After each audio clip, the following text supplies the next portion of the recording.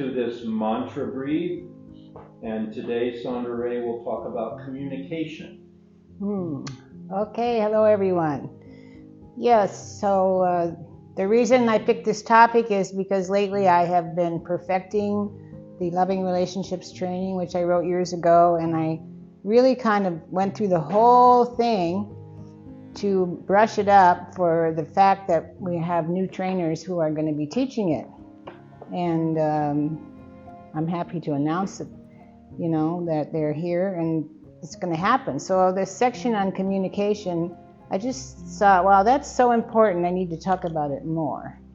Because communication is to a relationship what breathing is to living. And I think one of the reasons Marcus and I have such a great relationship is we communicate a lot to each other easily.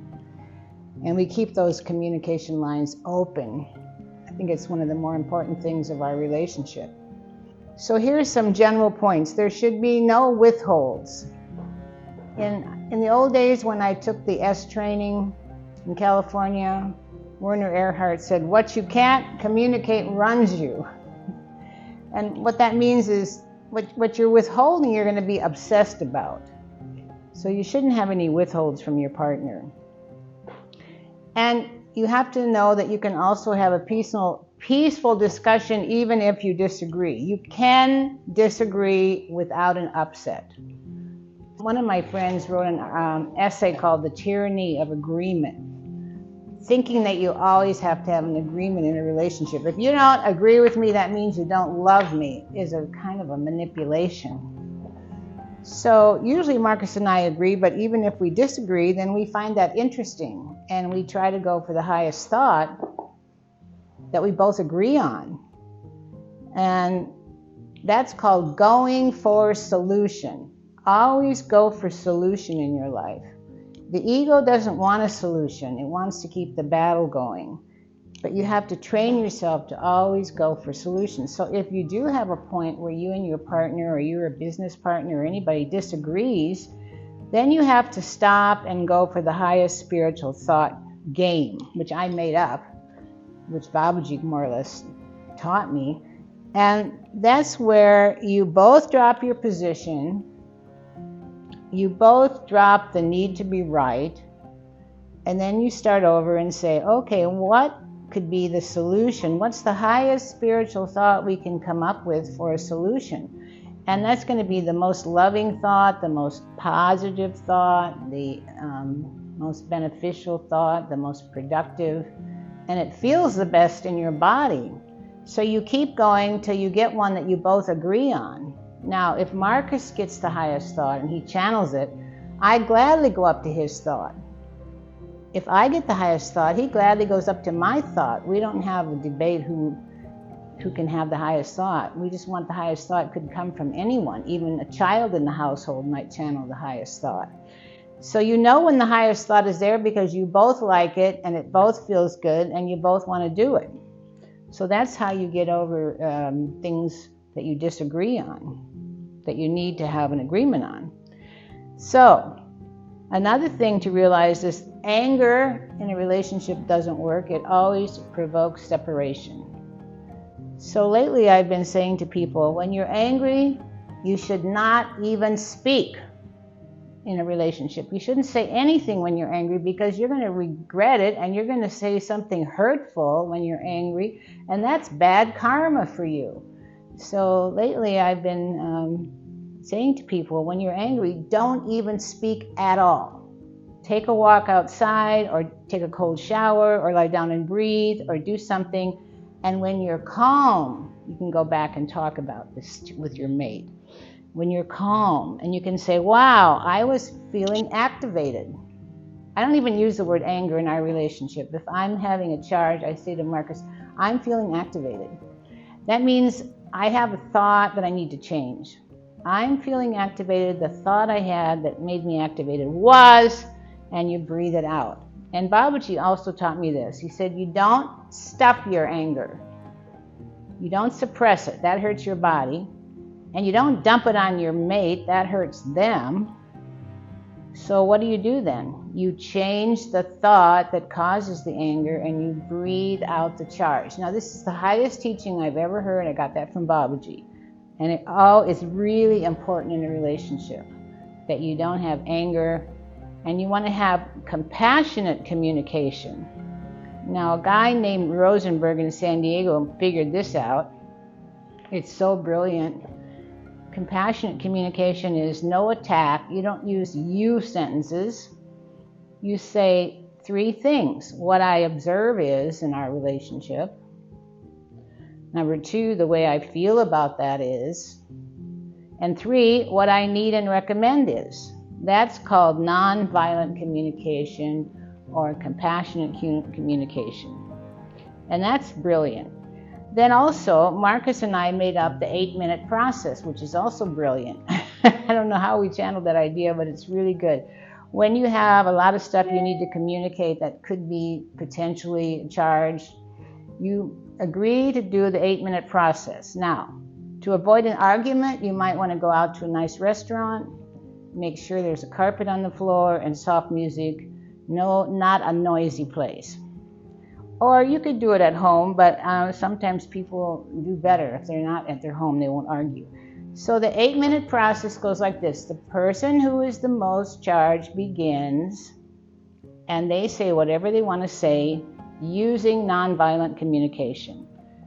The person listening cannot interrupt for 8 minutes at all, and cannot roll their eyes and cannot be making faces, squirming around. They should just listen. Focus on what the person is saying and listen, and not be rehearsing rebuttals either. Just 100% listening. Then you switch. Now, when you switch, the person that goes second doesn't need to really comment on what the other person said. They just share what they want to share. That's an important point. And after you both have talked for 8 minutes, you'd be surprised what a relief is. You know, Oprah Winfrey said, when she had this, show for 25 years, somebody asked her, what's the most important thing you learned in 25 years? And she said, people just want to be heard. Yeah, so that's what you're doing in the 8-minute process. You're letting yourself communicate, and you are hearing each other. And then after that, you can have a discussion. So if you haven't done that with your mate, I recommend it. And even if you don't have an upset, it's fun to do it. Okay, so verbal abuse does not work at any level. So we want to give up all kinds of anything that could be abusive verbally. It's not okay. Besides, criticism kills relationships. I found out people are very sensitive to criticism. Most people are, because of the parental disapproval syndrome. It triggers all your past memories of being disapproved of as a kid, and you're angry at your parents for that. So what happens in a relationship is if your mate criticizes you, you feel defensive, and defenses attract more attack, so it doesn't work. So to avoid that, avoid criticism. So then what do you want to do when you want to point out something to your partner? I think I've found out the best thing to do is ask them a question. Why are you doing it this way? I don't understand why you do it this way. Would you like to do it a different way? That way seems difficult or it doesn't seem to be working. So ask your partner questions, and then you can have a discussion. And then you're giving them permission. You're getting permission from them to go ahead and talk about it. Another form of loving communication would be this. Please, honey, tell me your difficulties and your deepest wishes. Because, to really love someone, you have to understand them. So tell me what you're having a hard time with. And I think it's really good in a relationship to keep saying, what I need to work on right now is, so your partner knows what you're working on. So there should be a deep listening at all times, even if you're not doing the 8-minute process. You don't want to cut your loved one off or criticize their words. You want to let them share frequently. In true love, there is no separation. You and your mate are one. So you don't get to say, well, that's your problem. No, you are them and they are you. So it's our problem. So Marcus and I, if we have a problem, we consider it our problem. A partner in error calls for a teaching, not an attack. Well, if you tend to feel hurt, don't lock the door and cry. Go to the person you love and ask for help. You could say, my dear, I'm suffering, I'm activated, I need to tell you what's going on with me, I'm trying to do my best, but please help me. And this is why I love being in a relationship with a rebirther, because I can ask for a session from my partner, and he can have a session from me.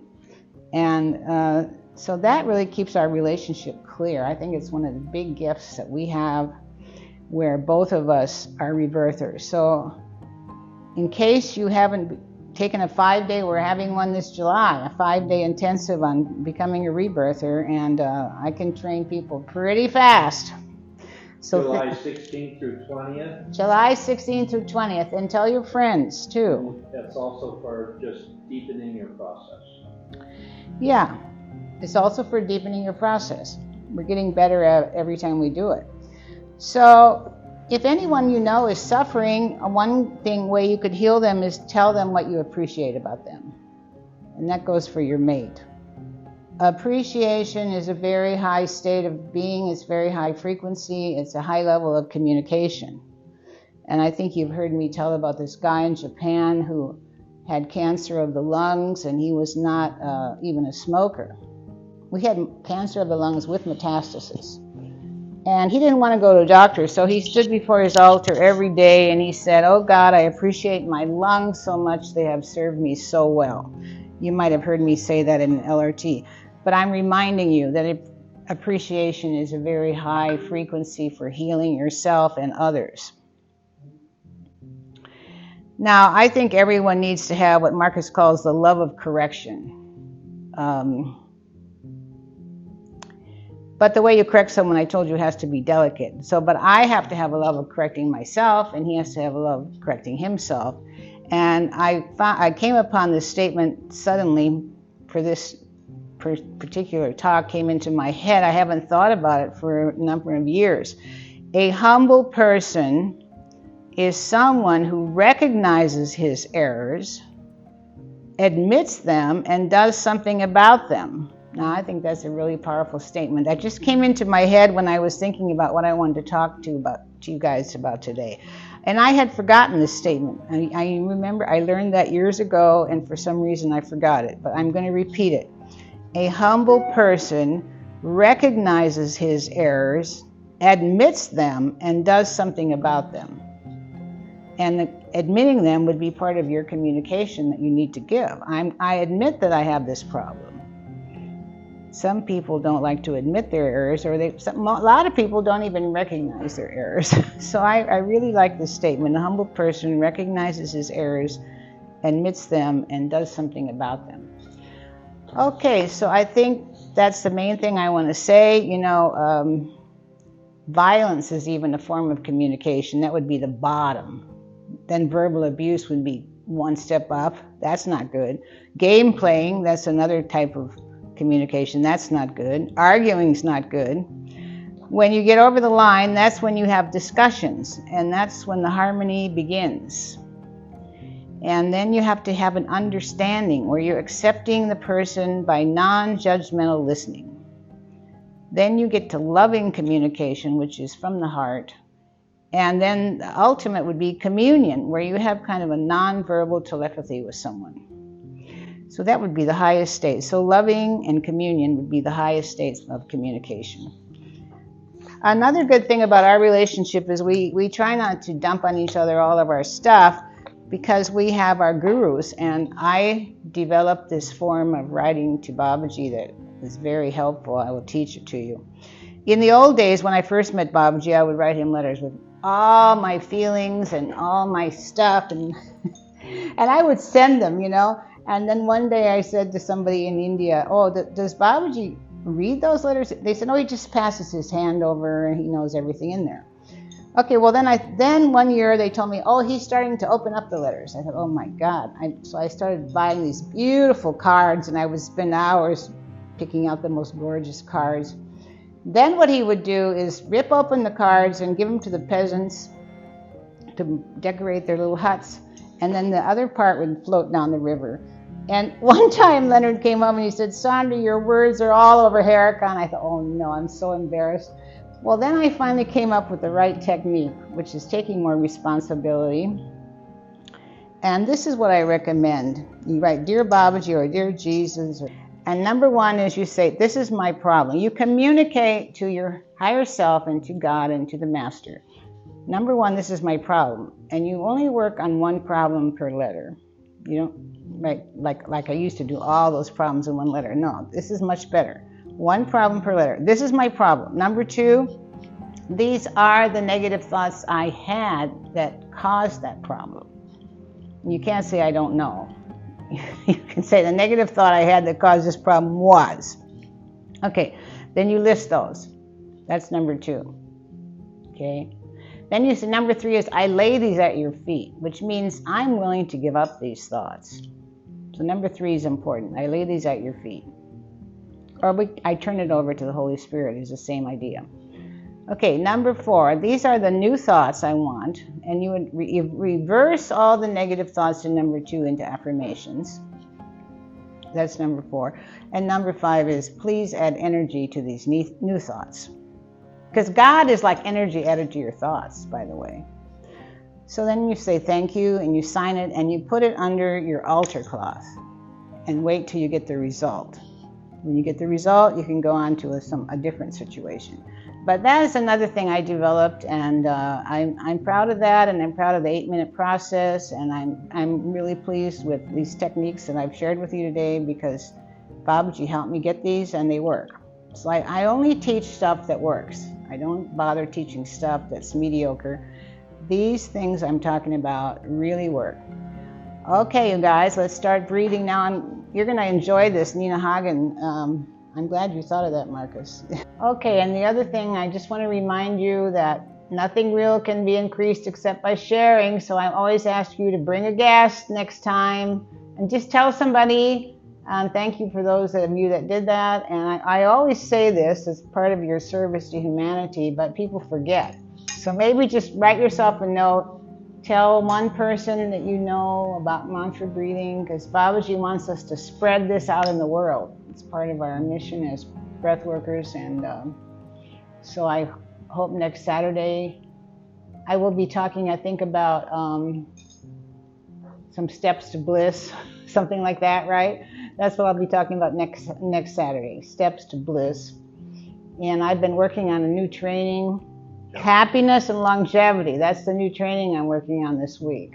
So that's why I'm going to talk next week about steps to bliss. And okay, you guys, it's been great to be with you.